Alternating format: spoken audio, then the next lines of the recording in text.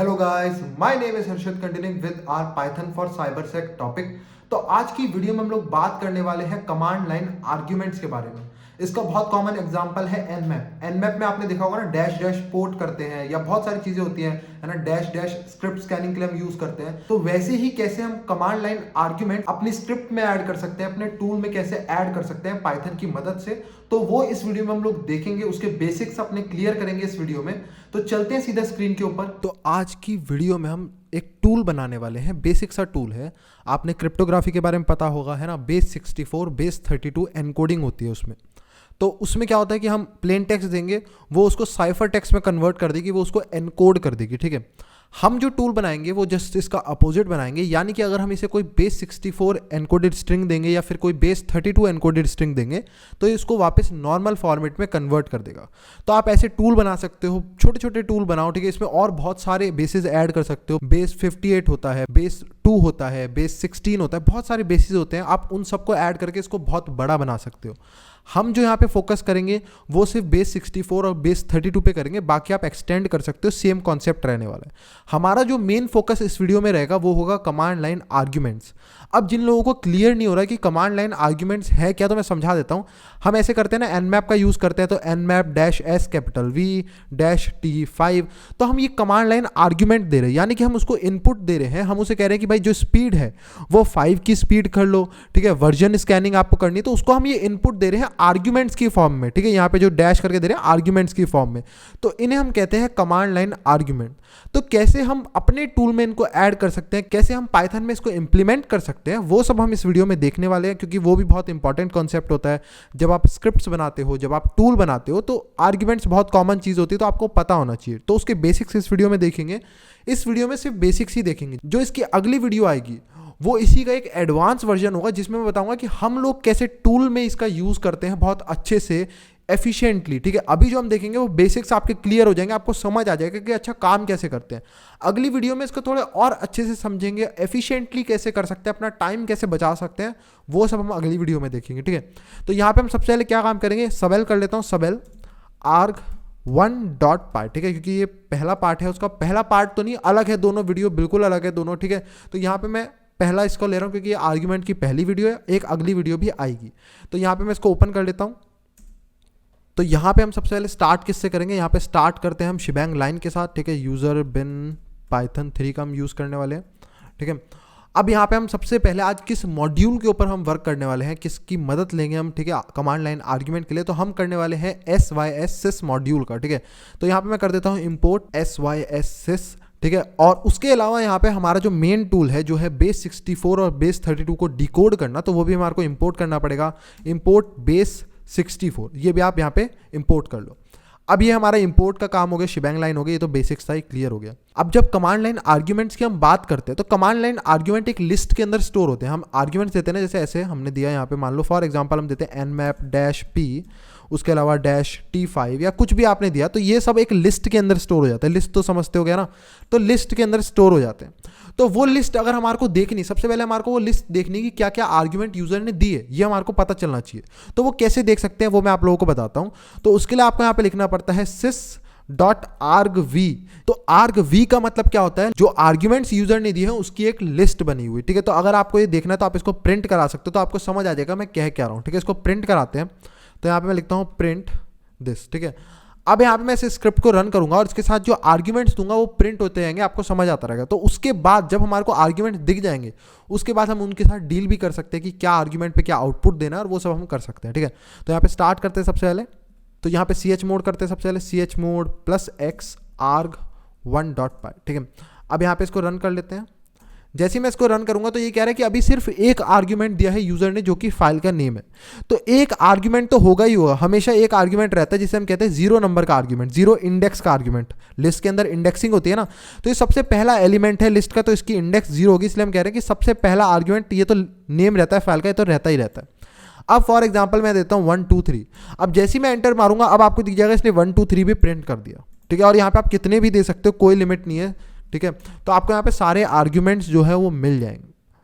अब आपको पता चल गया कि आर्ग्यूमेंट्स के साथ डील कैसे करना है, कौन सा ऐसा फंक्शन है पाइथन में जो हमारे को आर्ग्यूमेंट रिटर्न करता है। तो हमारे को एक लिस्ट मिल गई है जिसके अंदर हमारे आर्ग्यूमेंट सेव हो रहे हैं। ठीक है, सीधी सी बात है। अब हम शुरू करते हैं मेन प्रोग्राम बनाना। तो सबसे बेसिक हमारे पे जो आर्ग्यूमेंट होता है वो कौन सा होता है? सबसे बेसिक जो सबसे हर प्रोग्राम के अंदर आपको मिलेगा वो होता है -h, हेल्प के लिए, है ना। तो सबसे पहले हम वो वाला बनाते हैं। तो यहाँ पे मैं लिखता हूँ इफ, ठीक है, इफ अगर -h जो है वो लिस्ट के अंदर है, कौन सी लिस्ट? इन sys.argv। अगर इस लिस्ट के अंदर कहीं पे भी -h है, इसका मतलब उसने हेल्प के लिए मांगा है। वो कुछ भी दे, लेकिन अगर -h आ गया तो हेल्प तो प्रिंट होगी ही होगी, ठीक है। अगर आप nmap में भी ट्राई करोगे, आप nmap में कुछ भी लिख दो, -s, V, IP वगैरह कुछ भी दे दो यहाँ पे, और अगर आपने लास्ट में -h लगा दिया, इसका मतलब आप हेल्प मैसेज मांग रहे हो, वो कुछ नहीं करेगा, वो हेल्प प्रिंट करेगा।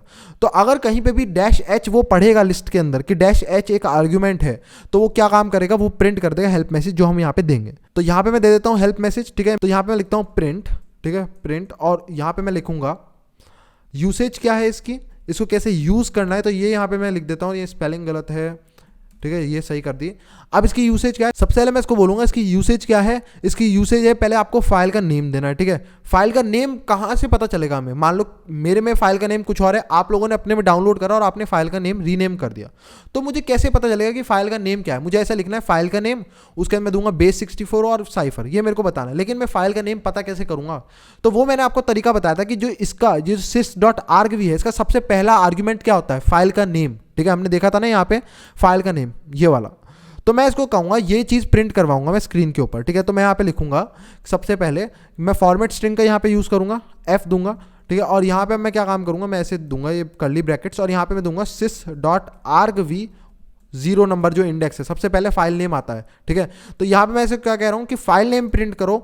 उसके बाद यहाँ पे क्या आएगा? या तो आप यहाँ पे दो B64 आर्ग्यूमेंट में, आप B64 या B32 आर्ग्यूमेंट में दो, ठीक है। और यहाँ पे डैश दे देते हैं, इससे पहले ज़्यादा अच्छा लगता है। डैश B64 या B32 दो। किस टाइप की डिकोडिंग आपको करनी है? B64 बेस 64 करनी है, बेस 32 करनी है। और उसके बाद यहाँ पे हम क्या बोलेंगे कि क्या साइफर है, तो यहाँ पे हम दे देते हैं साइफर या एनकोडेड टेक्स्ट, एक ही बात है, ठीक है। ये बात समझ आ गई? तो अब मैं यहाँ पे क्या काम कर रहा हूँ? मैं प्रिंट कर रहा हूँ यूसेज, इसकी कैसे यूज करना है। सबसे पहले मैं दूंगा फाइल का नेम, लिखा आएगा कि फाइल का नेम दो। उसके बाद या तो ऑप्शन दो B64 या फिर B32, इसमें से एक ऑप्शन आपको देना है। और उसके बाद आपको यहाँ पे साइफर देना है, तो ये उसको डिकोड करेगा। इसको करके देखते हैं तो और अच्छे से समझ आ जाएगा। तो मैं इसको रन करता हूँ यहाँ पे arg1.py, ठीक है। और उसके बाद यहाँ पे -h देते हैं। अब आपको देखोगे यहाँ पे क्या हुआ? यूसेज इसने प्रिंट कर दिया। सबसे पहले क्या है? फाइल का नेम आ गया, जो हमने दिया था ना sys.argv और इंडेक्स वैल्यू 0। तो इंडेक्स वैल्यू 0 पे क्या होता था? हमेशा फाइल का नेम। तो अगर मैं फाइल को रीनेम भी कर दूंगा तो जो उसका नाम होगा वो ऑटोमेटिकली यहाँ पे प्रिंट हो जाएगा, मेरे को कोई टेंशन लेने की जरूरत नहीं है, ठीक है। उसके बाद यहाँ पे मैंने लिखा था कि या तो B64 दो या B32 दो, और उसके बाद यहाँ पे जो अपना साइफर टेक्स्ट है वो दे दो, तो ये उसको डिकोड कर देगा। अब हमारा ये काम भी हो गया, हेल्प मैसेज हमने प्रिंट कर दिया छोटा सा, ठीक है। अब हम वापस चलते हैं। अब यहाँ पे क्या है कि जैसे ही ये हेल्प मैसेज प्रिंट होगा उसके बाद हमारे को प्रोग्राम को एग्जिट करा देना, आगे का कोई कोड नहीं चलाना है ना।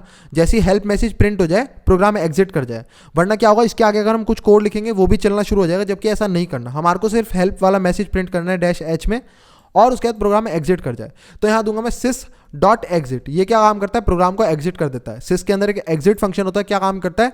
प्रोग्राम को एग्जिट कर देता है। बात खत्म हो गई, हमारा ये वाला हिस्सा तैयार हो गया। अब हम आते हैं अगली चीज़ों पे। अगली चीज़ में क्या है? अब हम उसे बोलेंगे कि भाई चेक करो कि क्या जो आर्ग्यूमेंट है उसके अंदर -B64 है या नहीं। अगर B64 दिया है तो बेस 64 को डिकोड कर दो, अगर B32 दिया है तो B32 को डिकोड कर दो। ये हमारा लास्ट काम रह गया ना, तो ये भी हम कर लेते हैं। तो यहाँ पे मैं लिखूंगा इफ अगर -B64 है किसके अंदर? इन sys.argv के अंदर। अगर इस लिस्ट के अंदर कहीं पे भी B64 है तो इसका मतलब उसने बोला है कि बेस 64 को डिकोड करो। अब नेक्स्ट चीज हमारे को क्या चाहिए? अब नेक्स्ट चीज हमारे को साइफर चाहिए। लेकिन यहाँ पे एक दिक्कत है, हमारे को पता कैसे चलेगा कि साइफर कहाँ है? बहुत सारे आर्ग्यूमेंट, मान लो उसने 10 आर्ग्यूमेंट दिए, तो हमारे को कैसे पता चलेगा कि साइफर कहाँ है?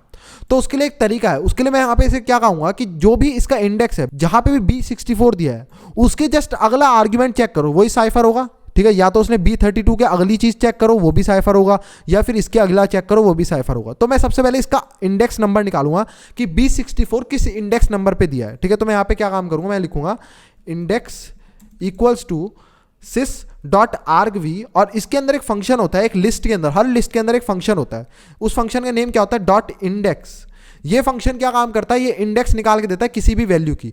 मैं अगर यहाँ पे इसे लिखूंगा कि इस चीज की मुझे इंडेक्स वैल्यू निकाल के दो, तो ये प्रिंट कर देगा कि भाई किस इंडेक्स नंबर पे ये है लिस्ट के अंदर, ठीक है। तो यहाँ पे हम इसे दे देते हैं B64, तो अब ये मुझे बता देगा कि B64 का इंडेक्स नंबर क्या है, ठीक है। अब मेरे को पता चलेगा कि B64 का इंडेक्स नंबर क्या है।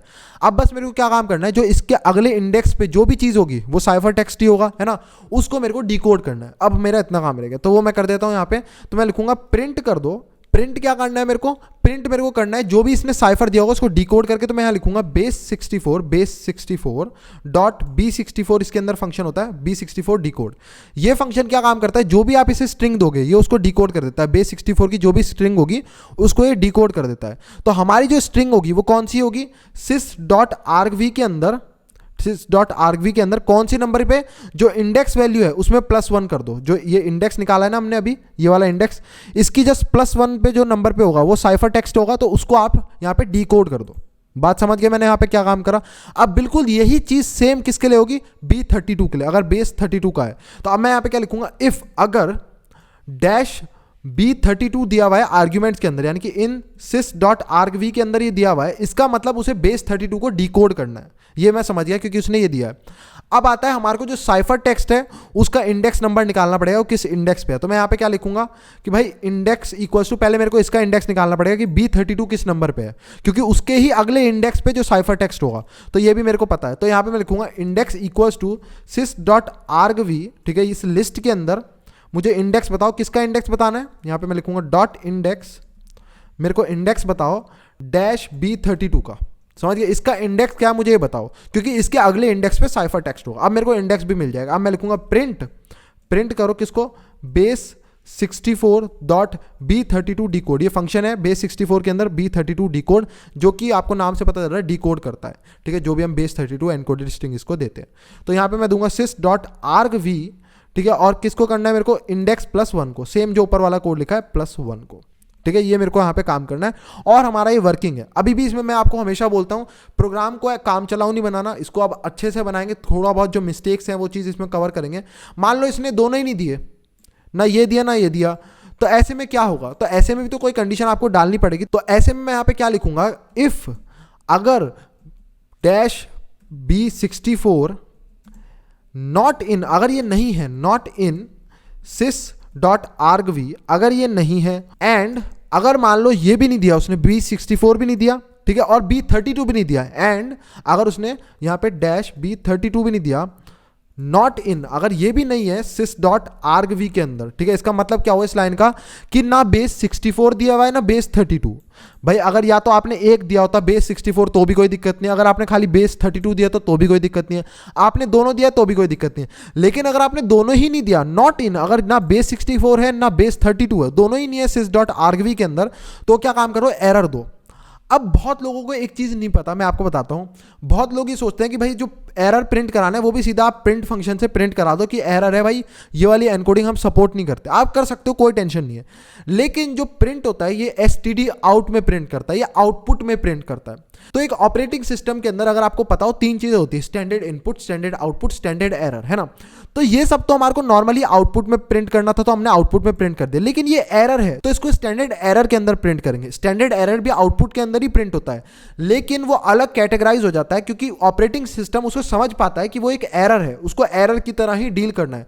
तो ऑपरेटिंग सिस्टम अगर कभी एरर्स को रिमूव कर रहा होगा तो वो समझ जाएगा इसमें एरर आया, इसको रिमूव कर दो, तो वो समझ पाता है ये एरर है, तो इसको हम एरर की तरह लिखेंगे। अब एरर की तरह लिखने के लिए क्या करना होगा, तो हम sys.std एरर यहां दूंगा, sys के अंदर std एरर के अंदर डॉट राइट करो, ठीक है, डॉट राइट फंक्शन का यूज करेंगे, ठीक है, राइट फंक्शन का। अब ये क्या काम करेगा, std एरर के अंदर राइट करेगा, क्या चीज राइट करेगा std एरर के अंदर, कि भाई ये वाली जो एनकोडिंग है इसको हम सपोर्ट ही नहीं करते, तो यहां पे हम लिखेंगे एनकोडिंग नॉट सपोर्टेड। समझ गए इस बात को, ठीक है, क्लियर हो गई। अब ये एरर में प्रिंट होगा, लगभग हमारा कोड रेडी है। एक और चीज, मान लो फॉर एग्जांपल उसने कुछ नहीं दिया, खाली फाइल का नेम दे दिया, तो क्या होगा, ना वो इस केस के अंदर आएगा, ना उसने डैश हेल्प दिया, ठीक है, ना वो इस केस के अंदर आएगा, ना वो इस केस के अंदर आएगा। अब वो आएगा इस केस के अंदर, ठीक है, इस केस के अंदर आ गया क्योंकि ना उसने B64 दिया ना B32।